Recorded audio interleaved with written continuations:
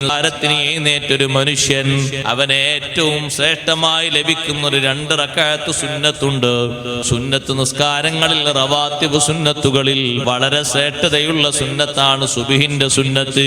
സുബ്ഹി നിസ്കാരത്തിന്റെ സുന്നത്ത് പോലെ മറ്റു നിസ്കാരങ്ങൾക്ക് അപ്പുറത്തും ഇപ്പുറത്തുമുള്ള സുന്നത്തിന് അത്ര വലിയ മഹത്വമില്ല. കാരണം സുബ്ഹിന്റെ 2 റക്അത്ത് സുന്നത്തിൽ നബി സല്ലല്ലാഹു അലൈഹി വസല്ലം തങ്ങൾ 2 തവണ 2 വിധത്തിലുള്ള സൂറത്ത് ഓതിയിട്ട് നിസ്കരിച്ചിട്ടുണ്ട്. റവാത്തിബുകളിൽ എല്ലാ റവാത്തിബിനും സൂറത്ത് ഹദീസിൽ വന്നിട്ടില്ല. അതേ സമയത്ത് സുബ്ഹിന്റെ മുമ്പുള്ള 2 റക്അത്ത് സുന്നത്ത് നിസ്കാരം അതിൽ ഫാത്തിഹ മാത്രമല്ല സൂറത്ത് കൂടി ഓതേണ്ടതുണ്ട്.